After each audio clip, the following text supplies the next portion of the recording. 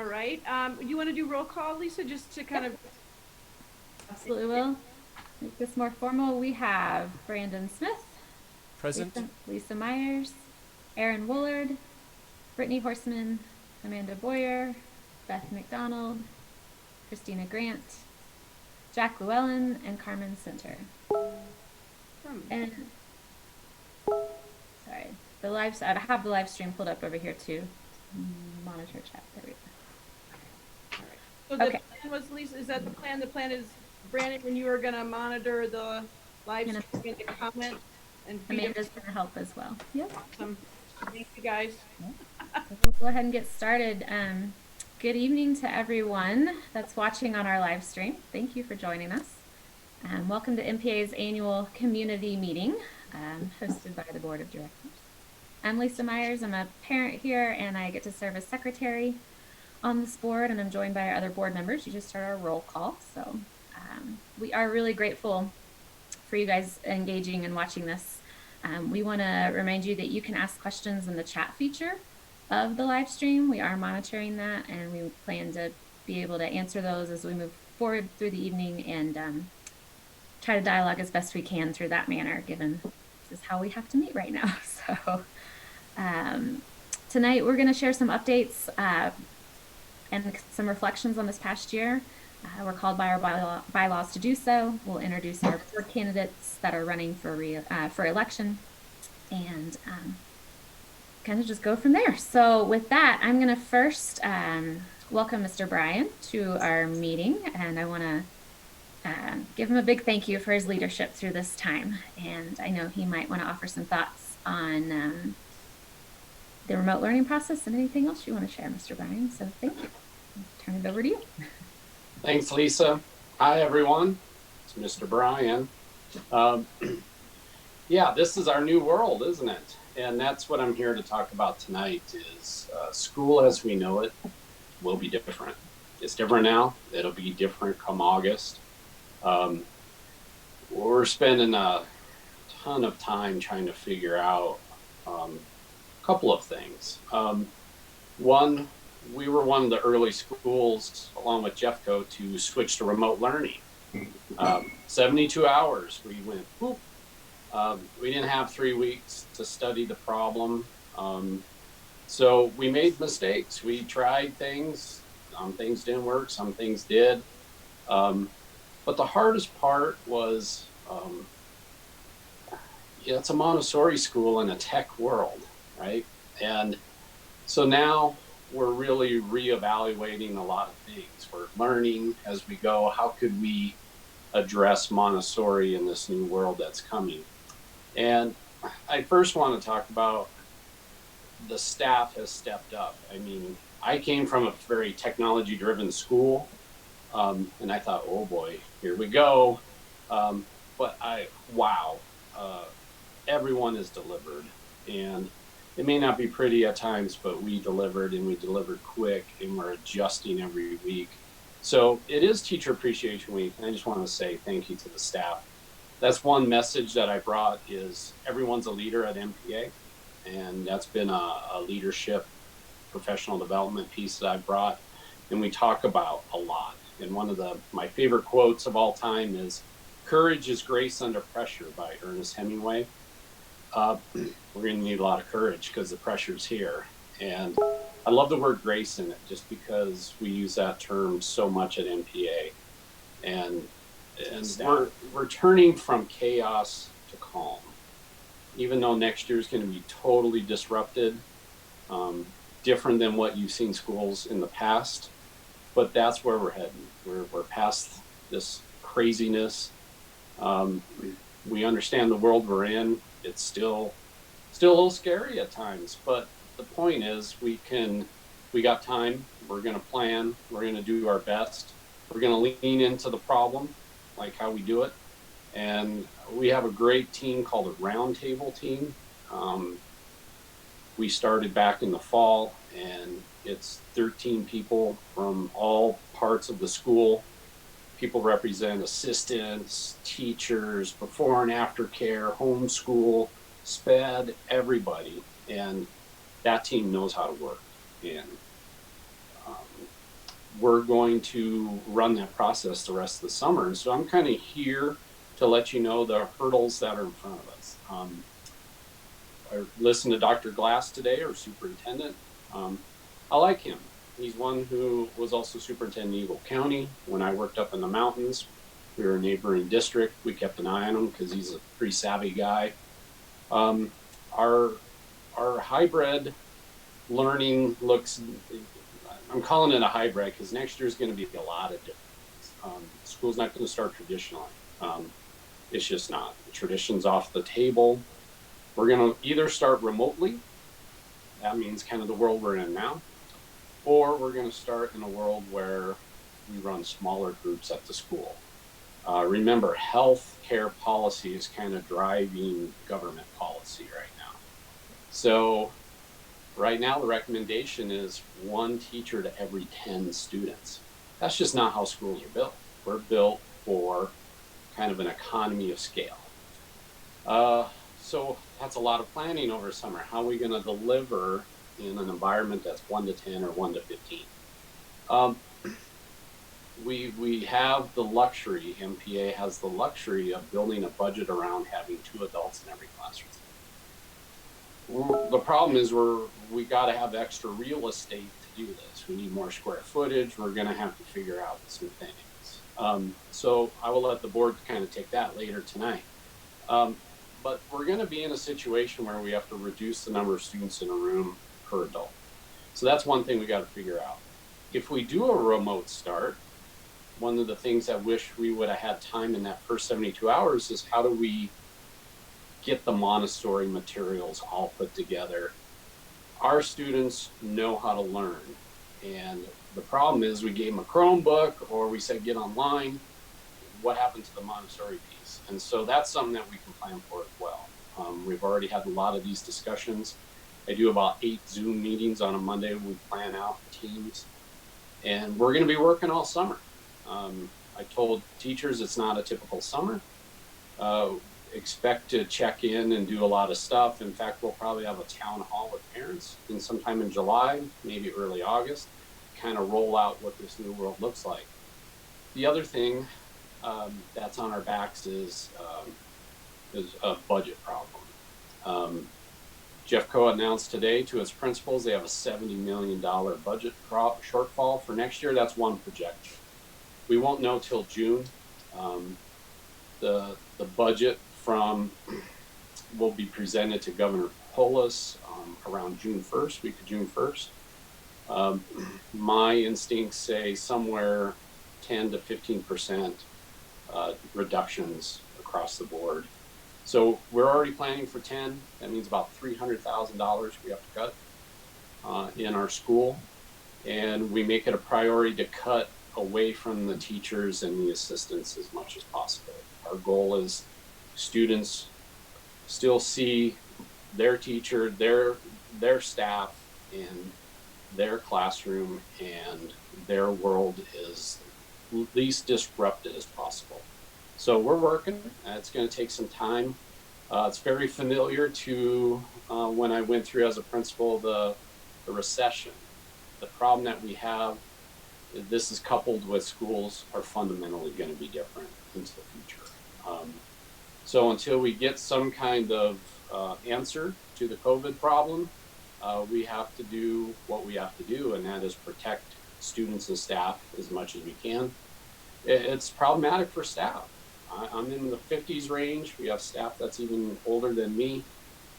So there's a lot of health concerns there, things that we have to think through to keep the staff safe, keep children safe, keep families safe. You know, we have a ton of volunteers. What does that mean? We don't know yet. So we're working on the budget. We're working on the health plan. Stay tuned. We're going to work on it all summer. And I'm just so thankful that we have a board that's listening. We all work together very well. We may not all see eye to eye, but at the end of the day, we come together and do what's best for MPA. So we got this. That's my message. I'll try to drill maybe a little bit deeper through the night as some other things come along. But please pay attention that we'll be rolling out all kinds of stuff about how to close out school this year. We have a plan that'll go out in the Thursday newsletter about how we're going to trade stuff, turn Chromebooks in, get library books and student stuff back. And then also the most important is how do we celebrate? We have 6th graders moving on. We have a plan. It's very exciting. Parents been emailing me, hey, can we do some kind of parade? Check your Thursday newsletter. We'll talk more about that. So anyway, thank you. And like I said, we'll just keep talking through the night. So thanks for joining us, and I'll pass it back to Lisa. Thank you, Mr. Ryan. We're going to move through the evening. We're going to start with some building expansion updates that we as the board would like to share with the community. We're pretty excited about them. We know this journey has been a long process this year, and I'm going to turn it over to Brittany Horstman, who serves as our president, and Jack Llewellyn, who serves as our treasurer, to kind of give you all an update of where we are and kind of walk you through the process of how we got to this point. So. Awesome. Thanks, Lisa. I echo what Lisa says. We have some really exciting news. It's coming at, of course, a crazy time. And so we have to meet this way to share it with you. But over the last year, I wanted to thank our community, to everybody, the staff, the parents, everybody that engaged in a process of, we have these 2 buckets of money that the voters gave us in 2018. One was on the ballot called the 5A bucket of funds, and those could be used for anything that we needed to support our school. And so that year when we got them, the board voted to put 100% of those funds towards teacher and staff salaries. We got a second bucket of money, which is what we call the 5B funds on the ballot because it was labeled 5B.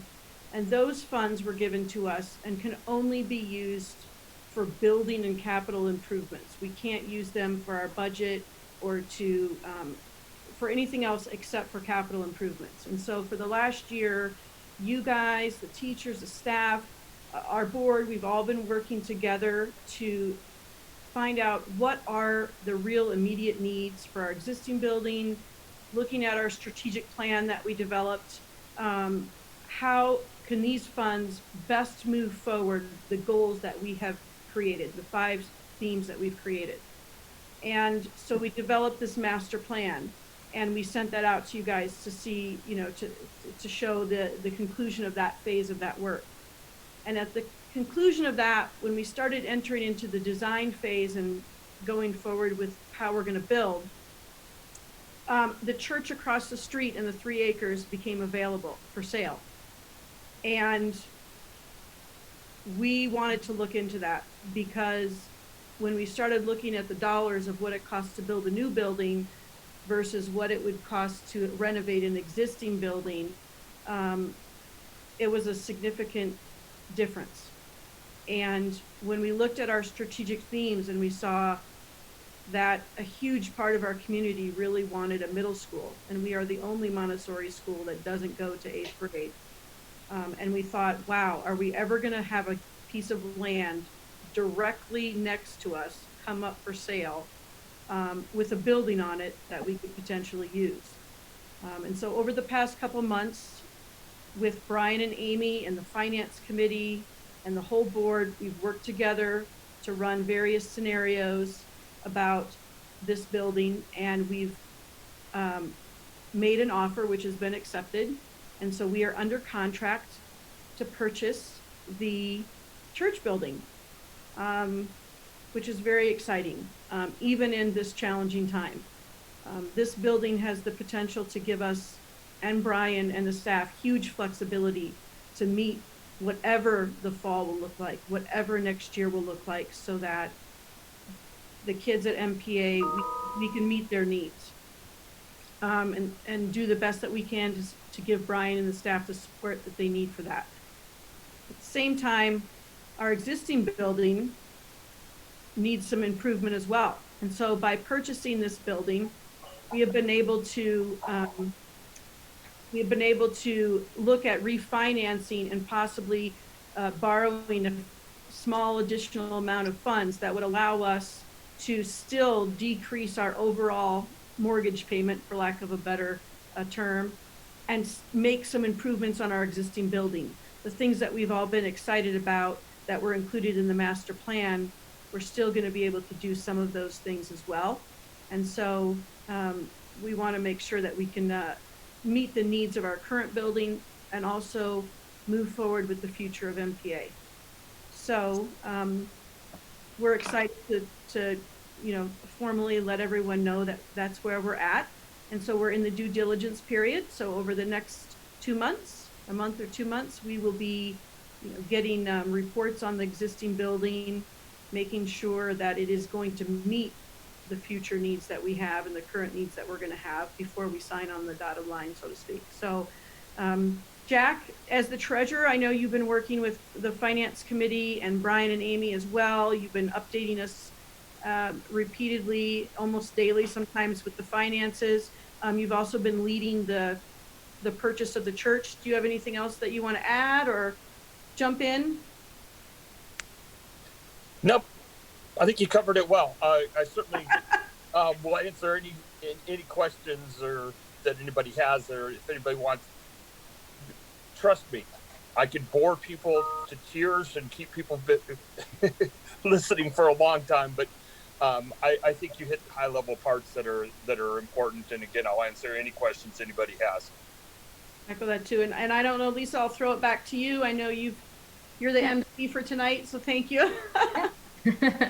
No worries. I was just gonna remind everyone, if you joined late, there's the chat feature on the live stream, and you can type in questions. We can see that, and we're happy to answer them. That's the best way we know how to dialogue tonight. So we know that's a kind of a bigger announcement. We're pretty excited about it, and we know there probably are questions. So feel free to type them in.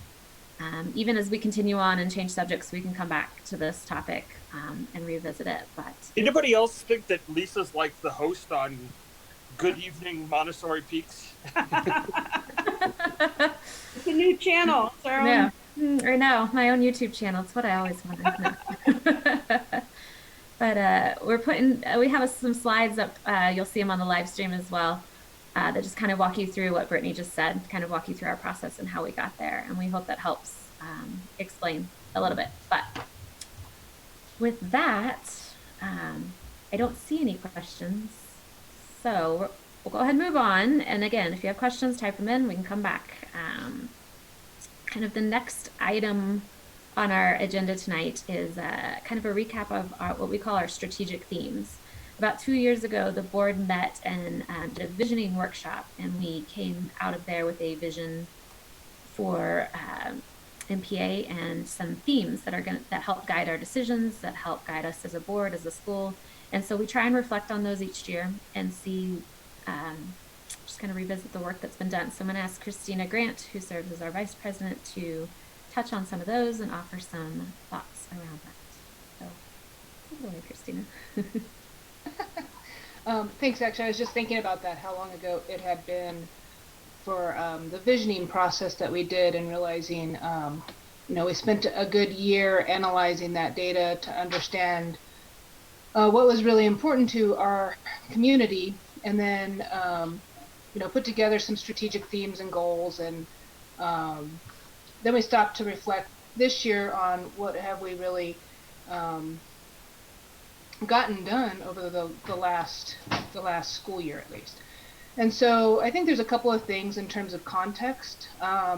They didn't fit under one specific strategic theme, but there are also things that we as a school and a community have done. They just didn't fit there. So just starting with that context, one of the big things earlier this year, took a good chunk of time, was our charter renewal. So congratulations, right, to us as a community, as a school, for our teachers, our students. We continue forth, and our charter was renewed, and we will continue forth with the good works that we've been doing for a really long time now.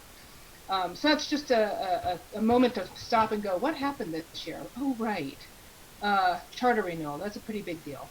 And a lot of work, right? We've heard about the building expansion work.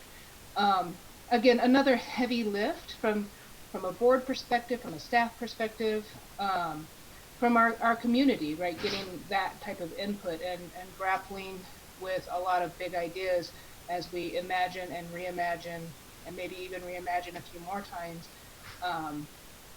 what might we look like moving forward. Almost coming out of that process, not quite, right? Holidays are in there, and then all of a sudden here we are with COVID and a really incredibly fast transition to remote learning. So piggybacking on what Mr. Bryan talked about, again, thank you to our teachers, thank you to our parents, thank you to our students who are weathering this every step of the way. You know, it's an impact on everyone as we're going through it. So some really big things, just the context around as we look at our strategic themes. The first one was around exploring middle school. To be quite honest, right, this was a conversation that at the beginning of the year we had sort of stopped and delayed as we really focused on what is it that our current building needs. We made that a focus originally, but as we were talking about the building expansion update and the purchase of the church, that has really brought that conversation back to the forefront as an opportunity has presented itself. We don't know exactly what that's going to look like. I think that's going to be a really important conversation as we go forward from a strategic planning perspective. So the board will likely figure out a way to do our retreat over the summer, and that's going to be a really important focus item for us as we, I think as Brittany stole my words, I'll steal her words, as we make a plan, make a plan. You know, what is that going to look like? There's going to be quite a few steps there, you know, some visioning around what we would even look like as a middle school, or what are the curriculum needs and how do we adapt them in a Montessori environment. What does that mean in terms of needs for faculty or building space? There's a lot of things for us to think through there.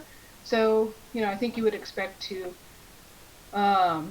hear from us as we reach out, gather some information as we continue to work through those things. But that conversation is certainly high on the radar.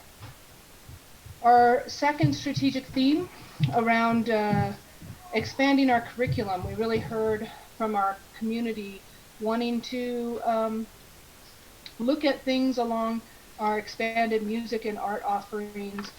What does technology look like? Outdoor learning was really important. So some things here that are at the top of the list.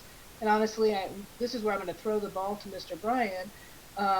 As we kind of agreed today that this is not just the board, this is school leadership as well. You know, outdoor education and technology have been high on our list, especially technology as we think about where are we right now. But those are a lot of things that Mr. Bryan and the staff have been talking about, especially through master planning. So there you go, Mr. Bryan. Thank you. Outdoor learning, part of the visioning process that we went through was how do we get the classroom extensions right outside? What can we do to our campus to allow that? One of the first things, and one thing I keep advocating for with the board, and we'll definitely make this a priority when we can free up some capital money, is we got to have a better security perimeter around the property. If we want students to get out and use it, we just need a better way to deal with 3-foot fence around the playground is just not enough, and the backside's pretty wide open. So we got to come up with a way that makes that look beautiful. We need to add in some outdoor learning spaces, and Montessori is all about getting your hands outside, getting your thoughts and getting in tune with what's outside. And we got that beautiful watershed down there. And we also have birds of prey down there. We have a garden. We have some invasive species of plants that we can talk about. So there's unlimited possibilities back there as long as we can secure the campus, make it more usable by the students and the staff. And so that works in progress. We're excited for that. Even though we'll be a different school year next year, it's still a goal. And also the technology, wow, crash course in tech. but we need to figure out the balance. What is the balance in tech going forward? It has its pros, has its cons, especially as our learning environments change. How do we get off of, get less screen time and use it as more of a productive tool than just the lessons? So tech is really something we're going to re-examine all summer quite a bit. I want to swing back to the middle school discussion. I think the one thing that all Montessori parents got to understand, that the reason it's hard to find Montessori teachers, especially at the higher levels, is the training stacks upon other training. So teachers who get their lower elementary certification from Montessori, that's one stack. Upper has to have the lower training and then the upper. So I call them unicorns. They're very hard to find. So that means middle school teachers are going to be hard to find. However, we have our own pipeline. We've got kind of a co-teaching model this year, and that's the future where we need to train and develop our staff to move forward. We might even be able to push some of those staff up into the middle school in time. So we got a pipeline. I know I'm jumping forward a little bit, but we have to understand that Montessori is a specialized world, and we just can't wait for people to show up. We have to build our own. Back to you. I think I'm gonna actually pop over to Lisa. Do you have access for Brandon for the questions? Yep. We're getting them popping up. Yeah. No, we're getting a lot of questions around middle school, which I think is awesome. We'll start there. There's a few others that we can move into after that, but one of the questions is any chance for a 7th and 8th grade? I think we've established that yes, I think there's a chance for that. No, probably not in the fall, but yes, a chance for middle school. I think that's a reasonable thing we are planning to explore, particularly with the purchase of this property, and that's exciting. So another question is around, would the 7th and 8th grade be a 2-year cycle, or would we move 6th grade into a 3-year? Where would 6th grade fall? Would it stay with a 3-year cycle of upper elementary? And I'm kind of paraphrasing. Yeah, that's the design is. Yeah. We would have to start with a phase out, like we would roll into 7th grade first. So if we could get our ducks in a row in a year, if that's possible, we'll see. Then we ask that 6th grade group to move into 7th grade, and then push into 8th grade as soon as we can. And that would probably be a 2-year cycle, so that we could keep our 4, 5, 6 cycle the way it is. So that's kind of the thinking right there, is it would be like a 2-year process. I think, Lisa, I would jump in to just say that, it's going to be, we are so blessed to be able to have the other Montessori schools and other, that have gone through this. And they're so sharing of their time and their experience. So we certainly take that into the discussions about what that will look like with Brian's leadership, and with the staff, what that would look like as we develop that. I think that's a good resource that we have as well. And so the rest of the community has supported and sharing their experiences as well. So I wanted to just add that. I think there's one Montessori school decided to keep upper L 4th and 5th and make middle school 6, 7, 8 to mirror Jeffco. Another Montessori school keeps 4, 5, 6 together and 7, 8 is separate. So 2 different options, but I think we've kind of covered, we're in a very, lots of options are on the table right now, but definitely a strong possibility now that we're moving forward with the purchase of the church. So there's another question that's popped up regarding remote learning. Mr. Brian, if you're up for that, the question is, what would pre-K, kind of our primary environment, look like with their remote learning or a hybrid start? They feel they might be hesitant to send their kiddo to pre-K if it might just be safer to keep them at home. it's all going to be online. I know there's a lot of unknowns, but I did want to make sure we mentioned that question. Well, pre-K, so preschool, they're actually the front runners in how schools are going to be opening, because preschools in some locations are open right now. So that's where a lot of our policies are coming from on how to run safe environments. That's why when I said it was a 10-to-1, that's the model in preschool right now. So for our frontline workers who need daycare, preschool, those are the ratios. It's a little tricky. I can't fully answer that. We're looking at some other platforms that might be better than Google Classroom for remote. We know that's been a challenge. Jeffco only supports Google Classroom from kinder and up. So it's kind of left our 3-4s in a predicament. There's some other platforms that we're looking at. And with the ratios, we might actually, who knows, we might have to split a little bit what that looks like between, because right now we have pre-K and K together for 20 students. So we got to figure that problem out right there. The other piece too is we got to figure out which parents are like, yes, I'm bringing my kiddo based on the criteria that we'll put out. Here's how we're going to try to run the best safe school that we can. Once parents have that information this summer, some may go, maybe I want remote learning instead. Maybe I want my kiddo to go to homeschool, hopefully through our homeschool, which meets 1 day a week.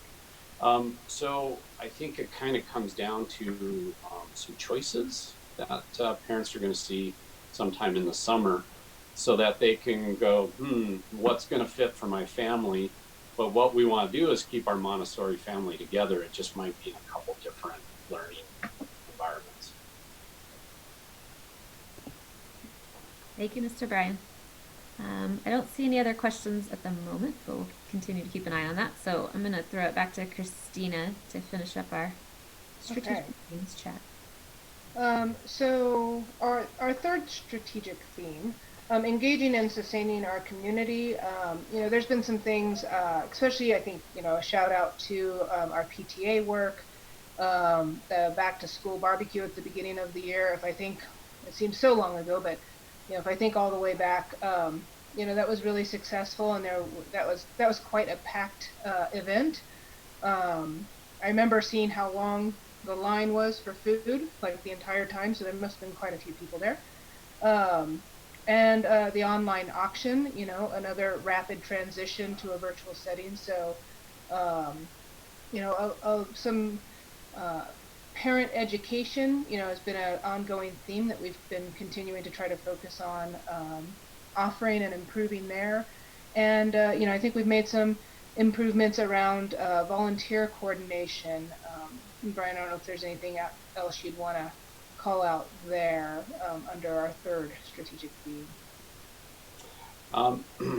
I said earlier we have what's called the roundtable, and that group, we've already been working on the calendar events for next year, and we have to have an alternative plan as well, so we're developing that.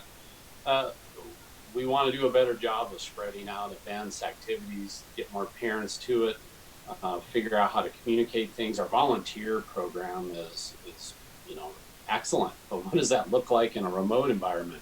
So we're working on it. We're going to figure out new and better ways to bring people into the school, and we kind of started one last week when we did that parent night with Seth Webb. So we have plans like that as well. So if we're back in kind of this remote environment, we can still address community and community engagement in some new ways. Thanks. As a parent, could you teach me second grade math so I can help my kiddo? Because I didn't realize how difficult it is to remember second grade math. Just something to grade our fourth strategic theme, developing and retaining our teaching professional. A couple of things from a board perspective, and then I really think this is work that Mr. Bryan has been really diving into. But Brittany had called out, and just want to reinforce again, we dedicated all of those 5 a fund into teaching salaries, and I think that has been a strong theme on the board for at least the 4 years that I've been engaged, and particularly the last couple of years. It has been such a focus, and I'm super excited and grateful about that. Also dedicating, sort of the funding to make sure that we're able to support.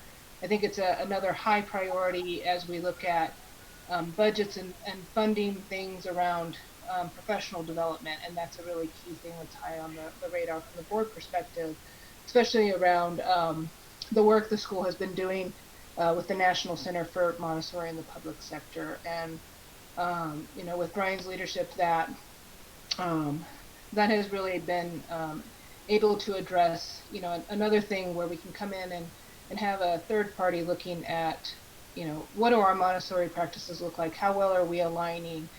Can we take the time to reflect on who we are as a Montessori school? Because that is the foundation of what we're doing. And that has been another sort of long running theme that we've wanted. We heard it in the community. It's been on the board's radar, and that's really something that Mr. Bryan and the staff have taken a lead on. So anything you would want to add there, Mr. Bryan? I know this is well, like I said, our big job is keeping the best teachers, and developing the best teachers. And that centers around training, and the big piece is coaching as well. Beth Anderson, that model really started to come alive under Dr. Gary when Beth came in about midway that year.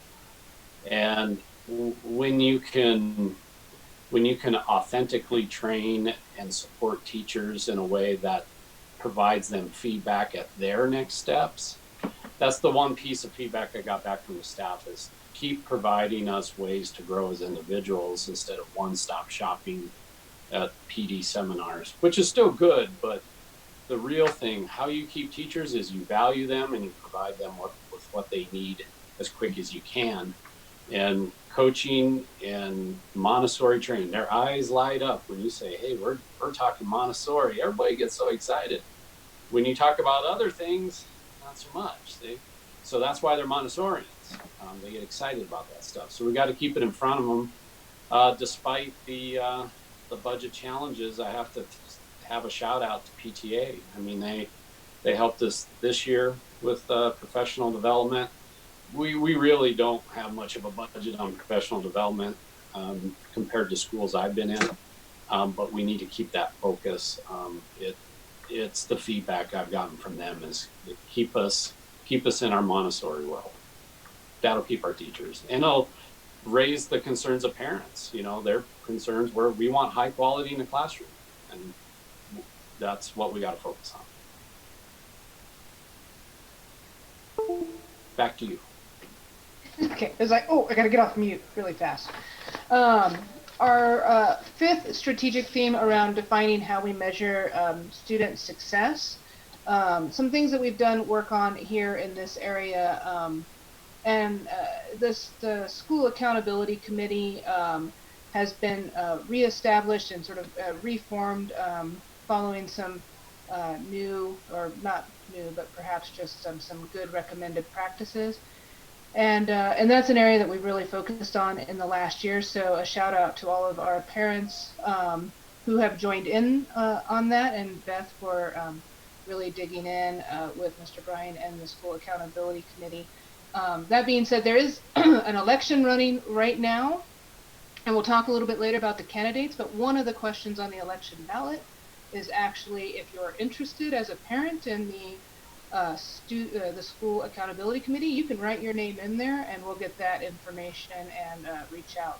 So just a little plug there. One, don't forget to vote. Two, don't fear putting your name on there to help out with the School Accountability Committee. So that is probably one of the biggest things that we've really been focusing on in this last year around this particular strategic theme, unless Brian, you have anything you want to throw in there. I have to say, we got some fabulous parents in SAC. If you love data, come join us. our goal is really to align all of our efforts. So like what Christina's talking about right now, we have these 5 kind of goals in mind. How do we align up everything together, and so that we don't feel like we're spinning our wheels, that we're focused and moving?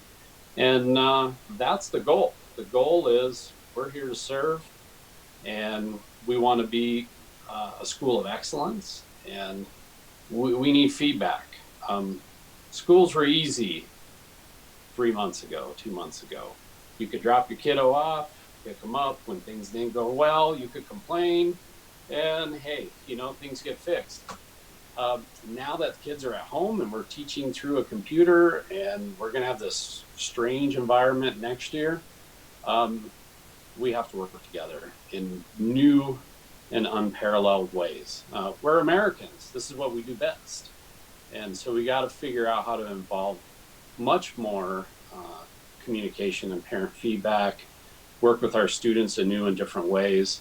And the board's going to have to expand a little bit too, in understanding that all of our roles have shifted.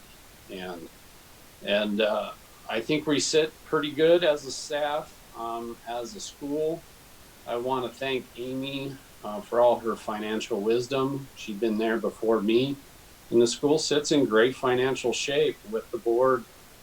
So thank you. That gives us some reserve funds to weather the storm. Keep in mind, school funding took 10 years to come back after the recession, and now we just hit bottom again. So we got some tough times ahead because of the Tabor Amendment. The economy will take off at some point, but school funding will not. And that's because of the amendment. Growth in schools takes a long time to go back to where we were. So by keeping staff, we have to pay them well, even in times of budget crisis. So that's how we're going to keep a quality school, is sound fiscal management and clear communication.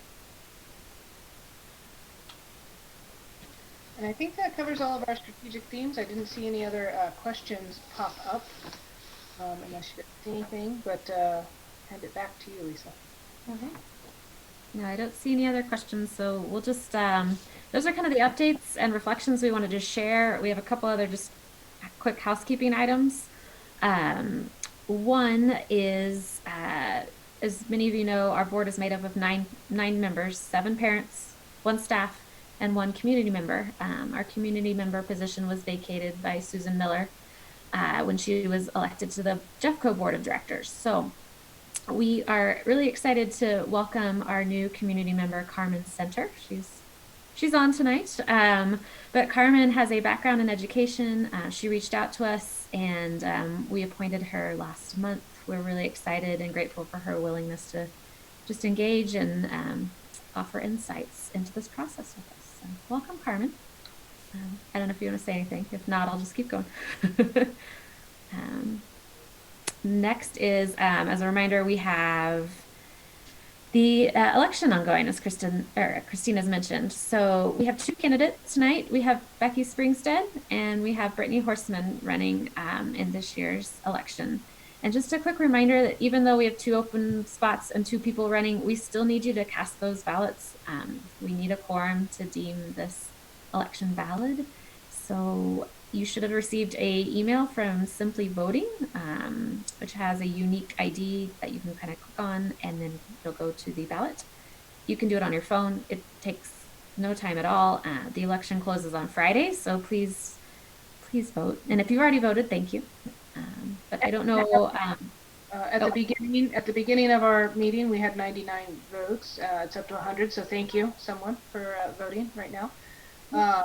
And that's putting us close to a quorum, but we still need about 30 votes to hit our quorum. So please vote. Tell your friends to vote. I don't want to run a second election. And I was going to give Becky and Brittany just a quick chance to say hi and introduce yourselves. We did this at the last community meeting so that people could see who they were voting for. I don't know if we want to start. Becky, do you want to start? Or Brittany? I'll defer to Becky. Okay. Perfect. I would love to start. And like many of you, I was having internet problems because you can only have so much usage of the internet at the same time. And Zoom meetings are a big user. So I'm sorry. So Becky Springstead, more affectionately known in this crowd as Anna and Michael's mom, which I enjoy that title probably more than any of my other titles that I have. I have been part of the MPA community for the last 6 years. Since my daughter was a kindergartner looking for somewhere to go. And it has been a wonderful thing finding MPA. We were very torn on what to do. You know, we never had choice going into schools when we were young. You went to your school in your neighborhood, and that's what it was. And so as we sat there facing this world of choice with a kindergartner, we spent a lot of time really seriously thinking about what type of education we wanted for our children and what kind of environment we wanted for our family to be part of. And so we are so grateful to MPA for giving us such a wonderful place to bring our children and to feel like they have the support of an entire community and a curriculum that allows them to run and excel in areas that they are above and beyond. And also get the support that they need in the areas where they may be struggling. So we are thankful to MPA, and that is the reason that I am running and wanting to be part of the board. Hopefully I can bring a level of enthusiasm as a new person, which any of you that have been part of a committee can be a blessing and a curse. But I'm hopeful that I can at least, bring some new parent perspective and also just some new perspectives on how I've seen things over the last couple of years with the board and the interaction and everything that I've seen that's been so great for our community and help support that. And give it back to you, Lisa. Thank you, Miss Becky. All right, I'm gonna give Brittany a chance. I think you all know her, but I'm gonna turn it over. Turn it over. Thanks, Lisa. Yep, if you don't know me, my name's Brittany Horseman. I have 2 boys with my husband at MPA. We're going into our 5th year. I have a 1st grader right now and a 3rd grader who's going to be moving up to the 4th grade. Super big move, so we're excited for that. I've served for the last 3 years on the board at MPA. 2 of them I've been the president, and it's been really wild and exciting. I've gotten to know everybody that's on the current board and our former board members. I've been so lucky and blessed to be able to work with them and to work with Brian and the leadership that he's building up and raising up within the school. I'm so extremely grateful for the service that the school gives to my children and to our family. I go by the belief that if you ask people to roll up their sleeves and dig into work, that you should roll up your sleeves and dig in right next to them. So my way of doing that has been serving on the board. And I have been truly blessed in that. And I hope that I have given something positive back to the school. So I am happy to continue to serve. And I hope that I get to. And I hope that I get to continue to work with the great people that are on the team already. Thank you, Miss Brittany. Just a last final reminder, please vote. And we're really grateful to both Becky and Brittany for your willingness to serve in this capacity. So we do have a couple more questions popping up that I want to get to before we kind of close it out. But first question is, looking toward the summer, it is apparent that the activities for a lot of kids may or may not happen. Are there ways we can stay connected over the summer socially?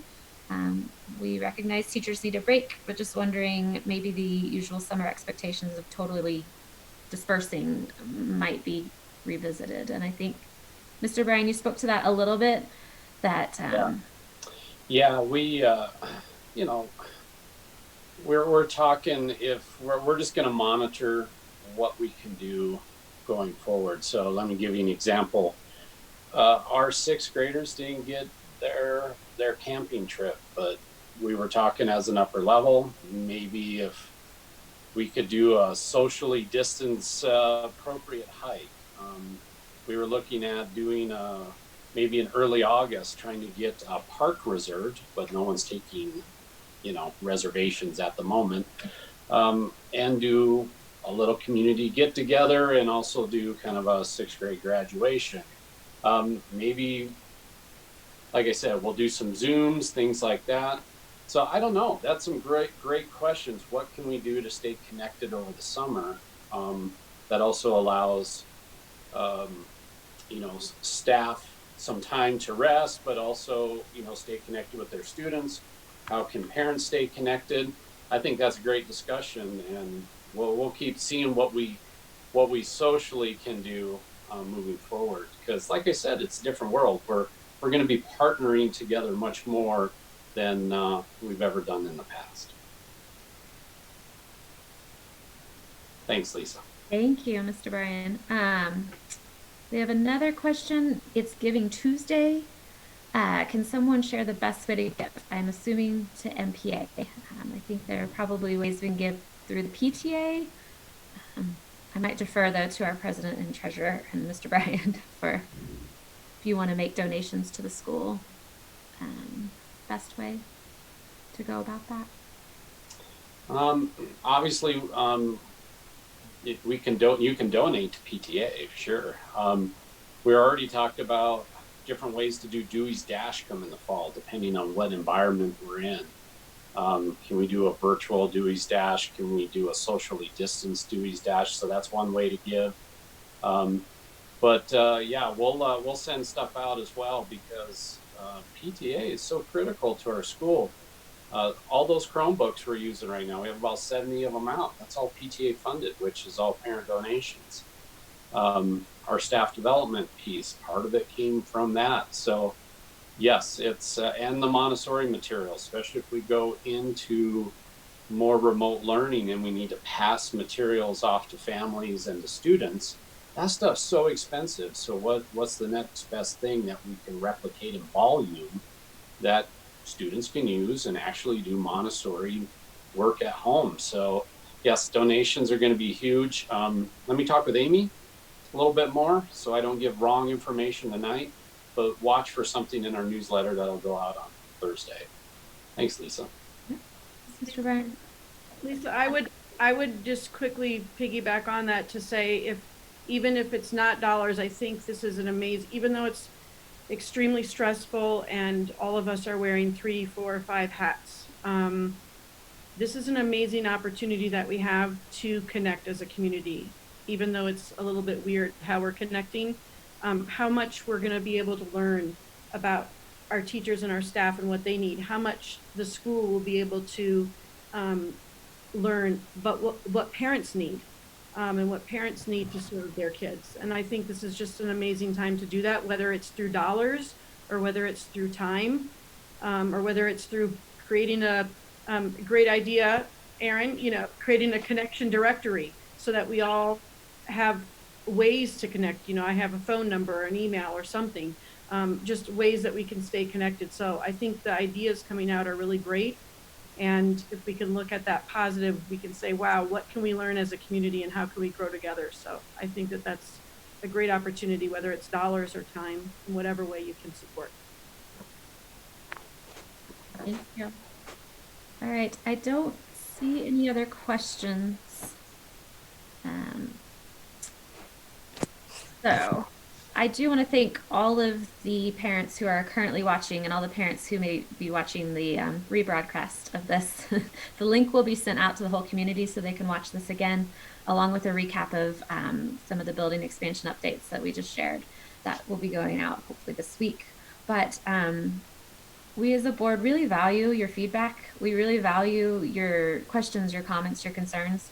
I want to kind of remind everyone that in our general meetings, we do have a community comments section. And we understand you may not really want to come to a board meeting, but we always welcome that input. We've started sharing it in the community comments section, even if you're not physically present, and if you give us permission to. So that way the whole board is hearing your concerns. We welcome phone calls, meetings, emails, however you want to engage with us. We really value your feedback and appreciate those who have done so. So just kind of a housekeeping reminder to continue to do that. Feel free to email me if there were any questions that didn't get answered, and perhaps we can try and answer those in the communications we send out. But I think that's it for the evening. Anybody else have anything else they want to add? I'm going to take the all mute silent. All mute is okay. So thank you again, and we look forward to seeing you guys in person, hopefully sometime in the future. In your future.